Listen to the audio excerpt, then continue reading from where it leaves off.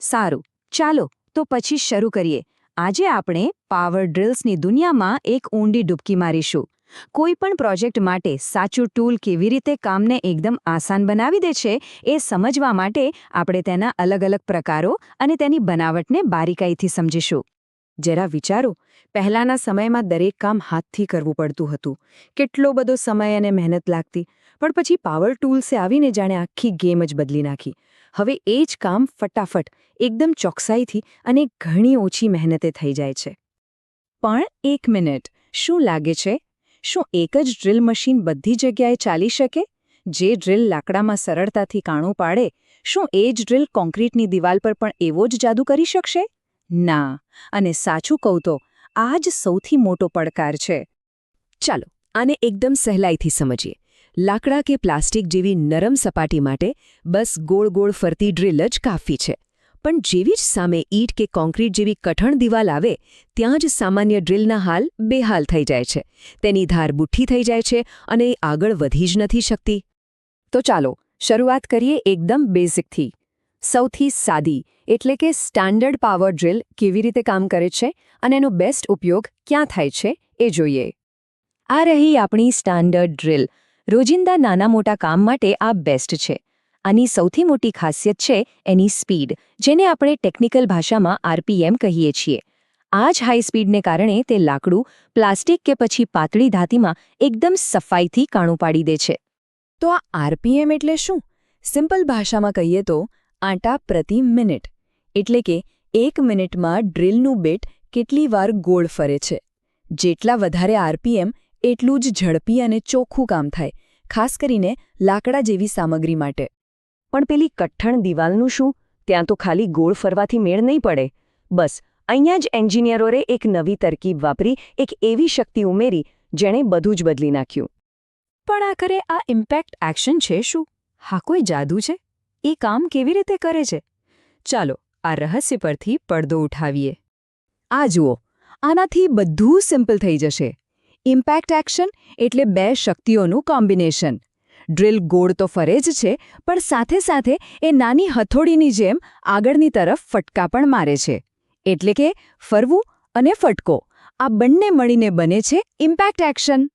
અને આ જે ફટકા છે ને, એને માપવા માટે છે BPM, એટલે કે બ્લોઝ પર મિનિટ. હવે આને આરપીએમ સાથે કન્ફ્યુઝ ન કરતા. આરપીએમ એટલે ફરવાની સ્પીડ, જ્યારે BPM એટલે આગળ તરફ લાગતા ફટકાની સંખ્યા. આ જ ફટકા કઠણ દિવાલને તોડવાનું કામ કરે છે. અને આ જ ટેકનોલોજી પર બને છે આપણી ઇમ્પેક્ટ ડ્રિલ અથવા હેમર ડ્રિલ. આ છે અસલી હીરો, દિવાલો અને કોન્ક્રીટ જેવા કામ માટે, જ્યાં પેલી સાદી ડ્રિલ જવાબ દઈ દે છે. 48,500 BPM. આ આંકડો કેટલો મોટો છે ખબર છે? એનો અર્થ એ થયો કે દર 1 સેકન્ડમાં 800થી પણ વધારે હથોડી જેવા ફટકા. આટલી જબરજસ્ત સ્પીડથી તો કોઈ પણ કઠણ સપાટી તૂટી જાય ને. પણ વાર્તા અહીં પૂરી નથી થતી. અમુક કામો એવા હોય છે, જેમ કે મોટા બાંધકામમાં વપરાતો મજબૂત કોન્ક્રીટ, જ્યાં ઇમ્પેક્ટ ડ્રિલ પણ ઓછી પડે. તો હવે શું? હવે મેદાનમાં ઉતરશે એક હેવી ડ્યુટી ખેલાડી. અને એ ખેલાડીનું નામ છે રોટરી હેમર. આ મશીન સૌથી મુશ્કેલ કામો માટે બનાવવામાં આવ્યું છે.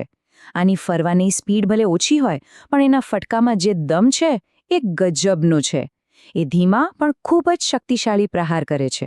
તો બંનેમાં મુખ્ય ફરક શું છે? એકદમ સિમ્પલ. ઇમ્પેક્ટ ડ્રિલને સમજો એક નાની હથોડી જે ફટાફટ ટકોરા મારે છે, જ્યારે રોટરી હેમર છે એક મોટો ઘણ જે ધીમે પણ ખૂબ જ જોરદાર પ્રહાર કરે છે. એક સ્પીડ માટે છે તો બીજો તાકાત માટે. ઓકે, તો આટલી બધી માહિતી પછી સૌથી અગત્યનો સવાલ એ છે કે પોતાના કામ માટે સાચી ડ્રિલ કેવી રીતે પસંદ કરવી? ચાલો એના માટે એકદમ સરળ રસ્તો જોઈએ.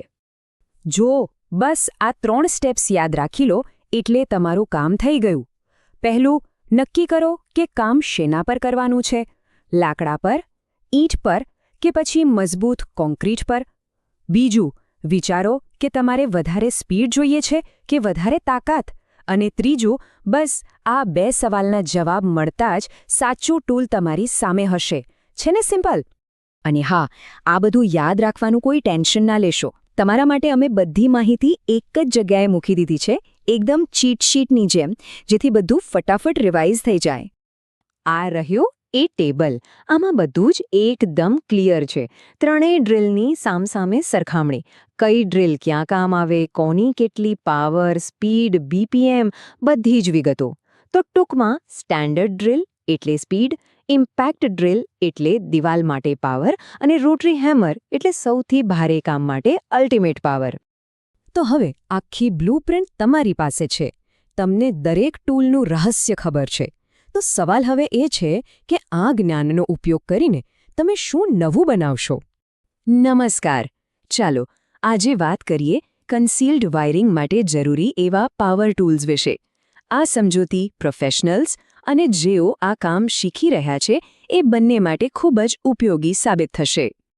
તો સૌથી પહેલો અને મોટો સવાલ એ છે કે આજના જમાનામાં ઘર એકદમ ક્લીન જોઈએ છે, જેમાં વાયર ક્યાંય દેખાવા ન જોઈએ.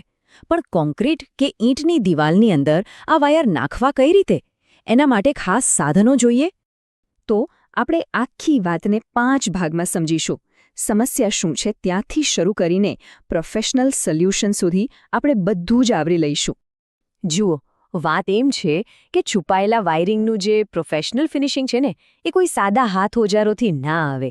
એના માટે તો પાવર અને પરફેક્શન એટલે કે તાકાત અને ચોકસાઈ બંનેની જરૂર પડે છે. આ કામને આપણે 3 સિમ્પલ સ્ટેપ્સમાં વેચી શકીએ. પહેલું છે ડ્રિલિંગ, બીજું છે કટિંગ અને ત્રીજું છે બ્રેકિંગ. અને હા, દરેક સ્ટેપ માટે એક ખાસ મશીન છે. તો ચાલો હવે મળીએ આ કામના અસલી હીરોને. એ 3 પાવરફુલ મશીનો કે જેમના વગર કન્સીલ્ડ વાયરિંગ કરવું લગભગ અશક્ય છે. આ છે એ 3 machine: rotary hammer drill, grinder અને ડિમોલિશન બ્રેકર. દરેકનું કામ એકદમ ફિક્સ અને ખાસ છે. ઓકે, તો હવે થોડું ડીપમાં જઈએ. ચાલો એક એક કરીને જોઈએ કે આ મશીનોની અંદર શું ખાસ છે અને એ કેવી રીતે કામ કરે છે. જેમ કે આ રોટરી હેમર ડ્રિલ. જુઓ, આ કોઈ સાદી ડ્રિલ નથી. આમાં કેટલા કંટ્રોલ છે, કેટલી ઊંડી ડ્રિલ કરવી છે એ સેટ કરવાથી માંડીને કયા મોડ પર કામ કરવું છે, બધું જ અહીંથી કંટ્રોલ થાય છે. અને આનું જે સિક્રેટ વેપન છે ને, એ છે આ SDS સિસ્ટમ. આ સિસ્ટમ બીટને એવી રીતે પકડે છે કે હેમરિંગનો પાવર સીધો જ દિવાલ પર લાગે. આ SDS સિસ્ટમ ખરેખર એક ગેમ ચેન્જર છે. એના લીધે જ ડ્રિલ બીટની ટોચ પર જબરદસ્ત તાકાત પહોંચે છે. અને આના પરથી જ ખબર પડે છે કે સાચી બીટ પસંદ કરવી કેટલી જરૂરી છે. જો કોન્ક્રીટ જેવી મજબૂત સપાટી પર કામ કરવું હોય તો કાર્બાઇડ ટીપવાળી બીટ વગર તો ચાલે જ નહીં. હવે વારો આવે છે ગ્રાઇન્ડરનો. આને સમજો એકદમ ધારદાર ચોકસાઈવાળી છરી જેવું. આનું કામ છે દિવાલમાં વાયરિંગ માટે એકદમ સીધી અને સાફ લાઈનો બનાવવાનું. આટલી સફાઈ આવે છે ક્યાંથી? એની સ્પીડમાંથી. આની ડાયમંડ બ્લેડ 1 મિનિટમાં લગભગ 5000 વાર ફરે છે. જબરદસ્ત કહેવાય. સારું, લાઈનો તો બની ગઈ, પણ વચ્ચેનો ભાગ કોણ કાઢશે? એના માટે આવે છે આપણો બાહુબલી ડિમોલિશન બ્રેકર. આનું કામ ફક્ત એક જ છે: તાકાતથી તોડફોડ. અહીં સ્પીડ નહીં પણ ધક્કા ગણાય છે. આ મશીન 1 મિનિટમાં લગભગ 2900 વાર જોરદાર પ્રહાર કરીને ગમે તેવી મજબૂત દિવાલને પણ તોડી નાખે છે. તો હવે આપણે આ 3 મશીનોને એકસાથે કામ કરતા જોઈએ. એક પ્રોફેશનલ વર્કફ્લો કેવો હોય છે, ચાલો એ સમજીએ. આ છે પ્રોફેશનલ રીત. સૌથી પહેલા દિવાલ પર ચોકસાઈથી નિશાન બનાવો. પછી ગ્રાઇન્ડરથી એ નિશાન પર ખાંચા પાડો. અને છેલ્લે બ્રેકરથી વચ્ચેનો બધો માલ સાફ કરી નાખો. એકદમ સિમ્પલ અને અસરકારક. તો સવાલ એ છે કે પ્રોફેશનલ જેવું કામ કરવા માટે સાચું ટૂલ કેવી રીતે પસંદ કરવું, જેનાથી કામ પણ ફટાફટ થાય અને સેફટી પણ જળવાય. આ ચાર્ટ જુઓ. આમાં બધું જ એક જ જગ્યાએ છે. કયા મશીનનો પાવર કેટલો છે, કઈ એક્સેસરીઝ વપરાય અને એનું મુખ્ય કામ શું છે. એકદમ ક્લિયર કટ સરખામણી છે. તો આખા વિશ્લેષણમાંથી 3 મુખ્ય વાતો યાદ રાખવા જેવી છે. પહેલું, પ્રોફેશનલ કામ માટે હંમેશા ગ્રાઇન્ડર અને બ્રેકરનું કોમ્બિનેશન વાપરો. બીજું, કોન્ક્રીટ માટે કાર્બાઇડ ટીપવાળી બીટ જ વાપરવી. અને ત્રીજું, કામ પ્રમાણે મશીનનો પાવર રેટિંગ સમજવું ખૂબ જરૂરી છે.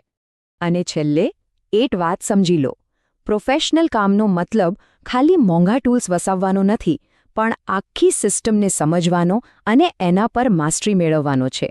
એટલે છેલ્લી અને સૌથી અગત્યની વાત એ છે કે આ મશીનોની તાકાતને ચોકસાઈ સાથે વાપરતા શીખવું પડે છે. ત્યારે જ એકદમ પરફેક્ટ અને સુરક્ષિત કામ થાય છે.